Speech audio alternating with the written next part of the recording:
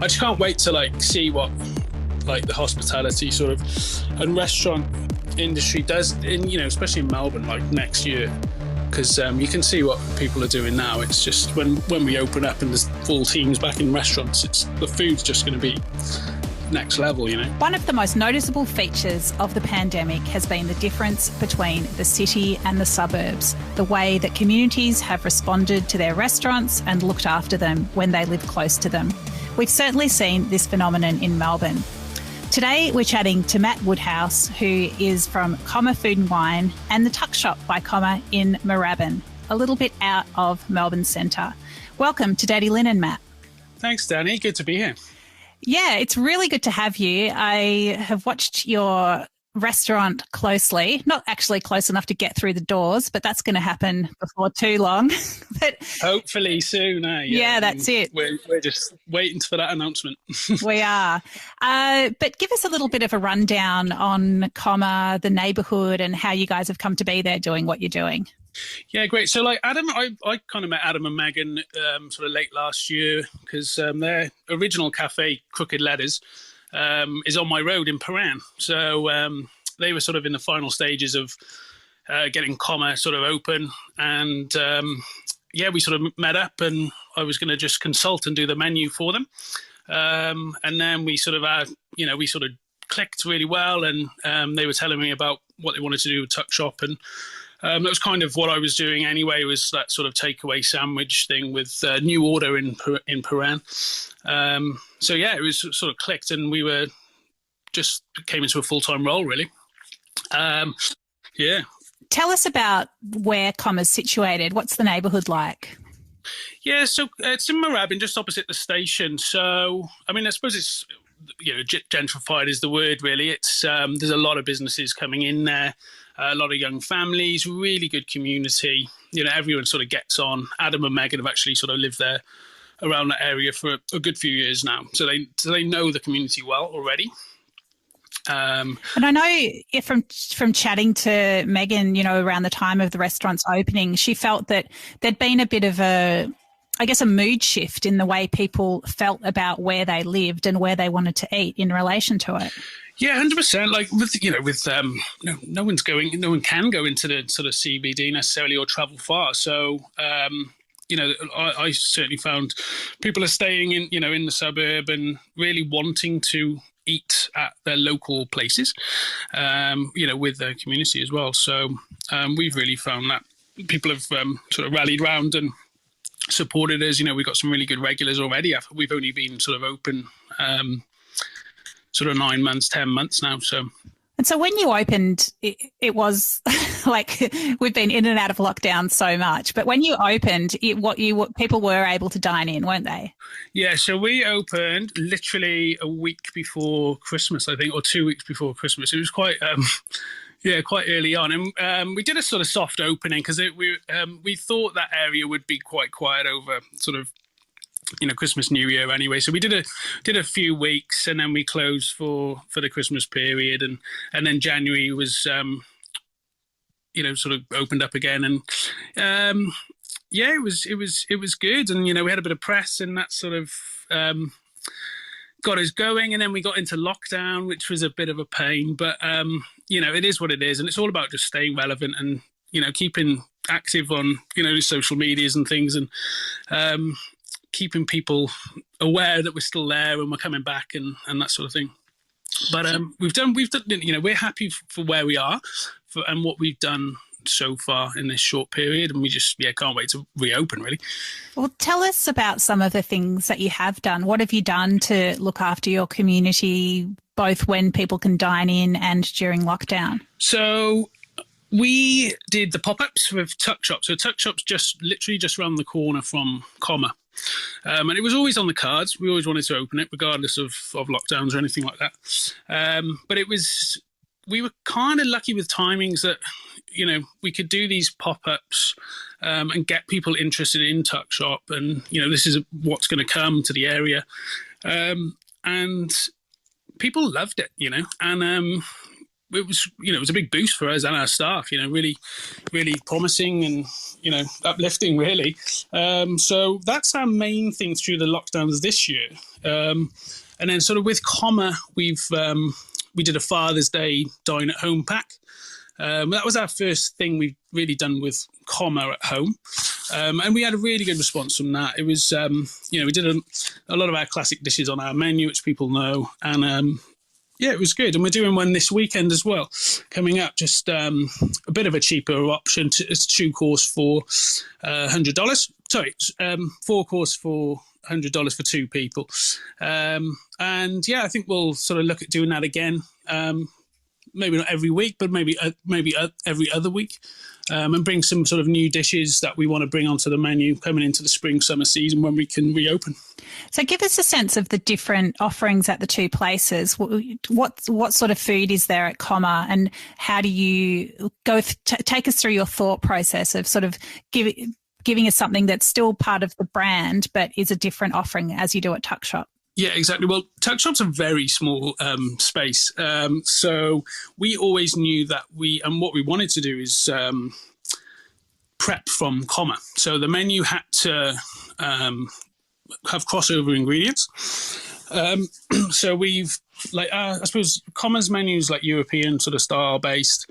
I'm from the UK, so that's what I sort of trained in. But, so it's got traditional European flavours, but, with a modern twist, I suppose. Small menu, just a couple of sort of proteins for mains, smaller plates, snacks, that sort of thing. We change it regularly. But our main focus really is on, we try and keep local. We use sort of Cape Grim hanger steak is our sort of, we do a really good steak night in Comma, which has become pretty famous. And that's gone over to our hanger steak bagel. So that's our sort of main one. We also use Ora King salmon, so we use that in the restaurant, and then we make our own sort of cured salmon with pastrami spices, and that goes on a bagel too. So we're really thinking about how we can grow our business and make it profitable in a way where we're crossing over ingredients and crossing over staff. Because that's a big issue in hospitality at the moment, is 1, finding people, and 2, making the business profitable, really. Yeah, it's really interesting because I suppose that so many businesses at the moment have thought about different income streams and how they can leverage off the original brand that they've created to keep business flowing through, no matter what the circumstances. What's actually the reason for doing it in a different site? Like, could you not just run Tuck Shop out of Comma? Well, I suppose you could, but it's different branding, I suppose. It's got Comma's got a really sort of nice warm sort of feel to it when you go in there. The sort of dim lights, that sort of thing, velvet bench seating, and Tuck Shop's quite bright, quite fun, I suppose. And we've got a really good relationship with our landlord, who from Comma, and he offered the space for us. He said, I've got this hole in the wall. I've got a lot of offices coming into the area. They want a sandwich, takeaway salad joint. What can you do? So we put an idea to him, and we've worked out a really good deal with him, and to service those workers when they come back. Yeah, that's so interesting. I mean, to me, it also feels like this is, if you're there for the community, you've got to be there for the community no matter where they are in their day or their week. So you're sort of doing that Monday to Friday lunchtime quick service thing, and it should feel different to, okay, we've got a babysitter, or we're going to haul the kids and we're going to bring the dog and sit outside, or whatever it is, and it's that really different feel. So yeah, that actually really makes a lot of sense to me, that you would want them to be, I guess, differentiated but also connected. Exactly. And I think we sort of with Comma, we did start opening for lunches and things, and I suppose we don't want that.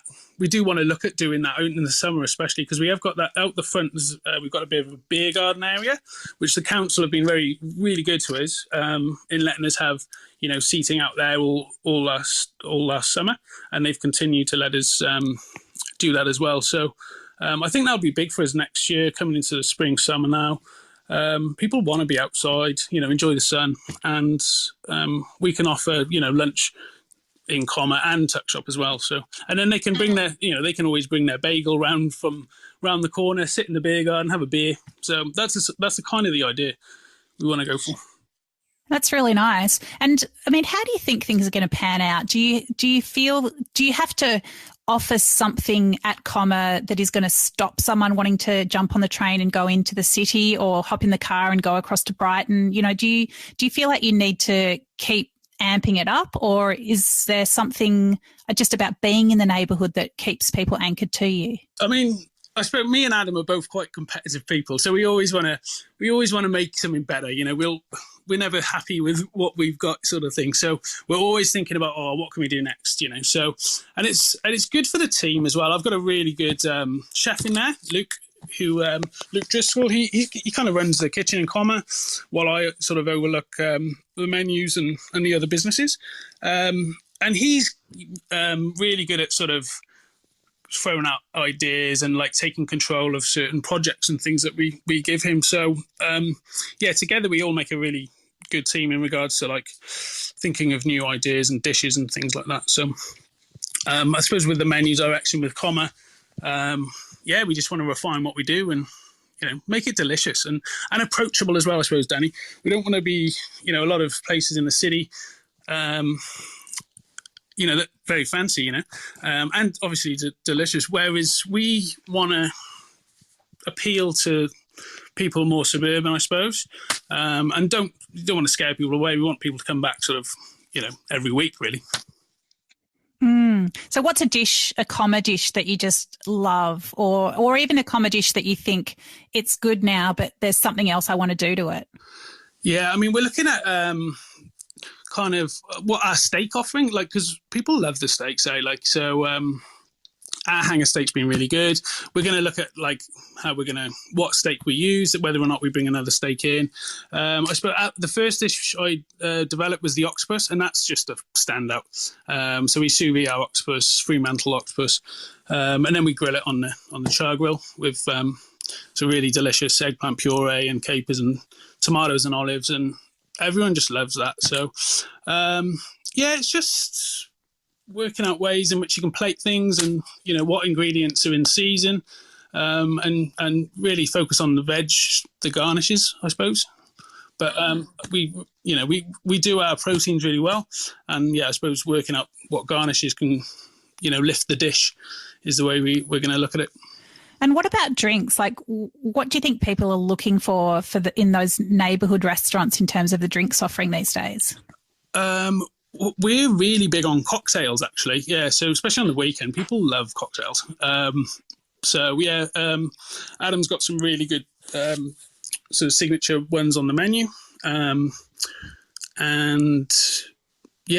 We use Stomping Ground. They've just opened up round the corner as well, in Moorabbin.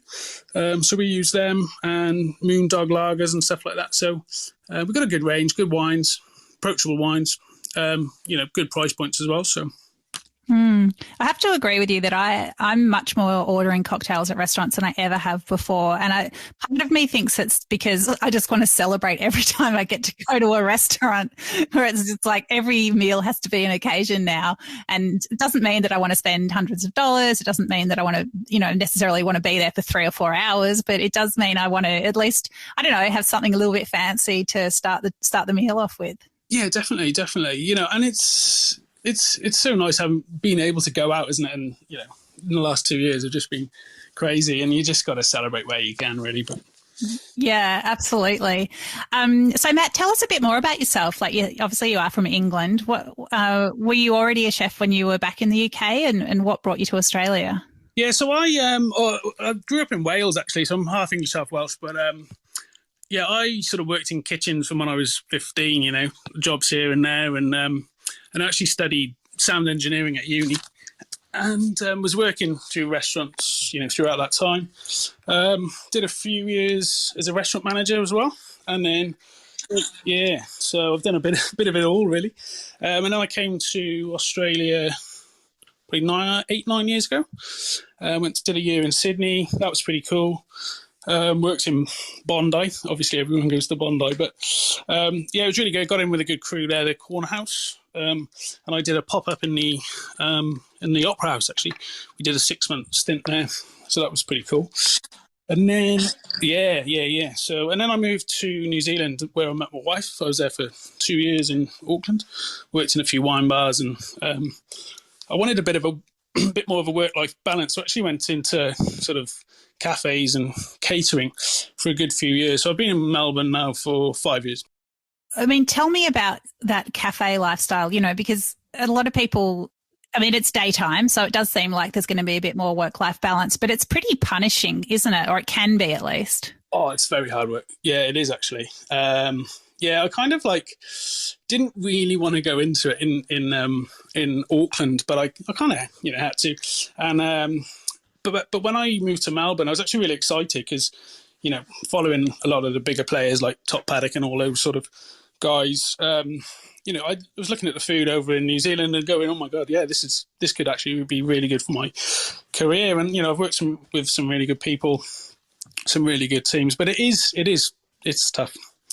Yeah, but so I was, I suppose, before I met Adam and Megan, I just started my own sort of private chef business, Black Slate Kitchen, and that was literally just before COVID. So the plan was to have a bit more of a mix up between doing private dinners and working in the cafes and stuff like that. So yeah, I'll look at doing that again, into next year as well. It's quite flexible where I am at the moment with these guys. So, yeah, I can still work there and then do the odd private dinner. And I'm also working with Truffle Melbourne. So Nigel Wood, he owns Truffle Paddock. So, yeah, we've just come into possession of a food truck. So we're just looking at what we can do next year with that in regards to truffle dinners. Wow. That would be interesting. That you'd be pulling up somewhere and catering a sit-down dinner, or that you'd just be doing truffle burger type things? Well, a bit of both, really, yeah. So, I mean, we're kind of looking at farmers markets, that sort of thing, where you can, pull up as a food truck and do exactly that. But then Nigel in the past has done a lot of these truffle dinners. He's done sort of Guy Grossi and Jesse Gurner, I think, are the main guys he works with.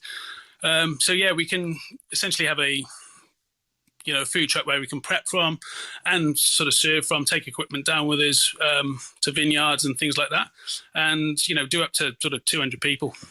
Wow. I mean, that sounds exciting on a number of levels, not least that you're talking about events for 200 people. That sounds fun. I would love to just be milling around with a whole bunch of people. That would be great. Yeah, exactly. Yeah. But then also with so back to sort of Comma and Tuck Shop, we've actually speaking with Moorabbin Bowls Club at the moment, who they've got a really good kitchen in there, and they've sort of asked us to cater for functions which they can't really do the food catering for. So we're looking at every option we can possibly do to expand, really. Yeah, it's really exciting. I mean, a lot of people are finding this period understandably very, very challenging and a total grind, but you sound really upbeat and optimistic, and there's an idea around every corner. What's with that? I mean, don't get me wrong, it's been a bloody tough 18 months, and for me personally, this lockdown's been the hardest, I must say. But yeah, you just got to keep positive. You have to. We've got a really good team behind us. We've got 4 venues, and everyone's been there for quite a while, so we just look after each other, I suppose. You have to, yeah. So, but it's all about being positive, I think. If you get into a rut of sort of, that negativity, then it's just going to really be quite detrimental to your business, I suppose. So, yeah, we're just positive as we can be, and thinking of the end goal, which hopefully is, towards the end of November, we'll be out of it. But we'll see. Yeah, we will see. I mean, when you say this lockdown's been hard, or the hardest one, I think a lot of people feel the same. Why do you think this one's been so hard? personally for me, like, I mean, my family's all in the UK, so I haven't seen them for 2.5 years. I've got a 7-month baby, Walter, so he's sort of keeping me and my wife entertained all the time. She's doing a great job.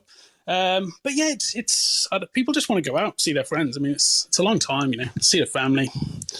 But it will come. It will come.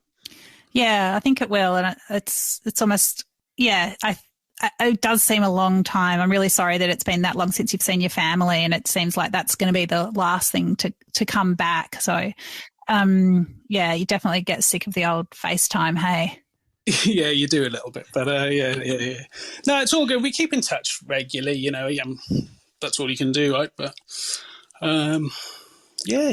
Yeah. And so when you say, you think the end of November, is that, what are you basing that on? Is that just like what you've sort of put, is that a hunch or what have you done? It's a hunch, mate. It's an optimistic hunch. Yeah, I suppose, if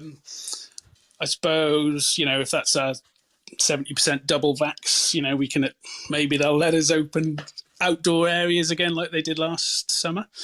Limited capacity, that sort of thing. But you never know. Yeah.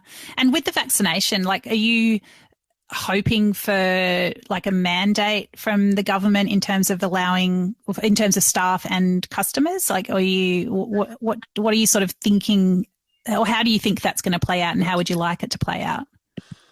I think it's such a decisive topic, I was just reading an article then actually about, these vaccine passports and stuff. I think it's such a hard thing for the government to put on venues. They've got enough going on, and they have to sort of police people who are vaccinated or not vaccinated coming into their venues. I know it's really important, but it's going to be challenging, I think.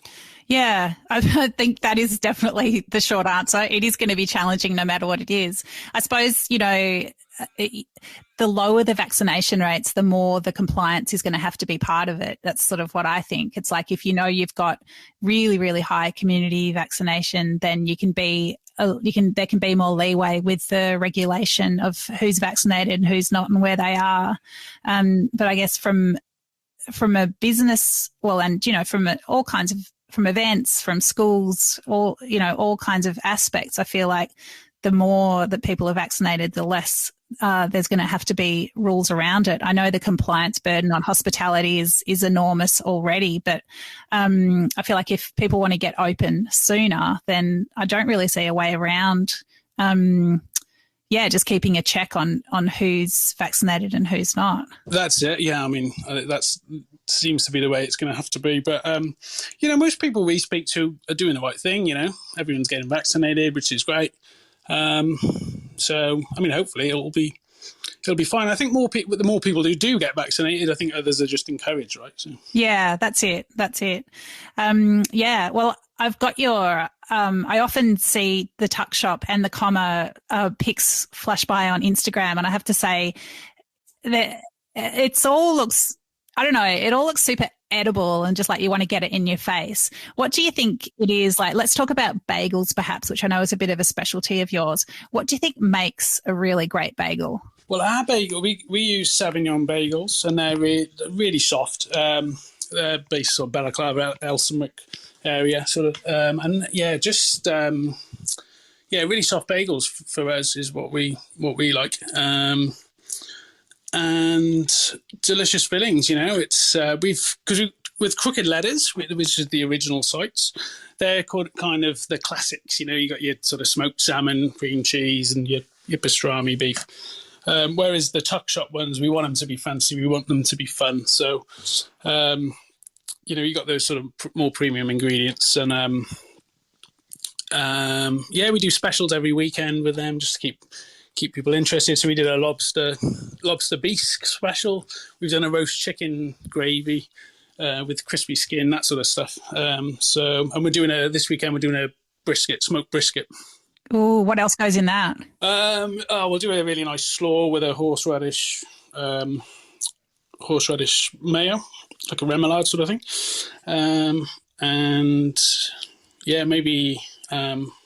Maybe a hot mustard or something as well. Haven't fully decided on it yet, but Luke, who I was mentioning earlier, our head chef, he used to be the head chef of Big Pig. And we're doing a bit of a collab with them. So they're going to smoke the briskets for us. We'll pick them up on the morning, and then we'll have hot brisket bagels. That sounds so good. Yeah. So it's that sounds so delicious. I think all the collaborations at the moment are really warming my heart. You know, it's a pretty competitive world, but I think more and more you just see it's like people are just looking for ways to connect. You know, it's really, really heartening. I'm writing about it at the moment. You know, there's so many cool things coming up. Like there's Yum Sing House is collaborating with Scoopy Milk Bar. So Yum Sing's doing like Cantonese beef, and Yum Sing's Scoopy is doing bingsu, so shaved ice, elaborate, amazing shaved ice desserts. Hayley Rachel from Enterfire Laundry is collaborating with Avani Winery. She was going to be in residence there, but instead they're delivering dinner boxes with pre-release wine. One of the funnest ones that I'll preview now is Cook's Food, which does amazing dinner boxes, is collaborating with the band Client Liaison. So this like 80s influenced band that you get some 80s food or inspired food delivered with the EP from the band. You know, people are just really going to town with finding different ways to connect around great food and drink experiences, and music now too. I just love it. Well, we did we were quite inspired actually by Hamish and Ben's 80s cook along. Did you see that? Ben Shrewy. That was awesome. So we thought for our Father's Day, let's do a video. So we did a video. It was a 20-minute long thing, and when we did information sheet with the Dine at Home pack, we had a QR code linked to the video. You know, we had a QR code linked to one of our Spotify playlists from Comma. You know, and it's doing those little extra things with keeping people engaged, and like, you know, when you can't go out and have fun, you may as well have fun at home, right? Yeah, it never ceases to amaze me, just the creativity, just, you know, that keeps being new ways to connect. I just think it's really impressive, and it's really heartwarming, and it also gives me a lot of faith in the future that's out before us. You know, we're just we love connecting with one another around food and drinks, and we're just going to keep doing it.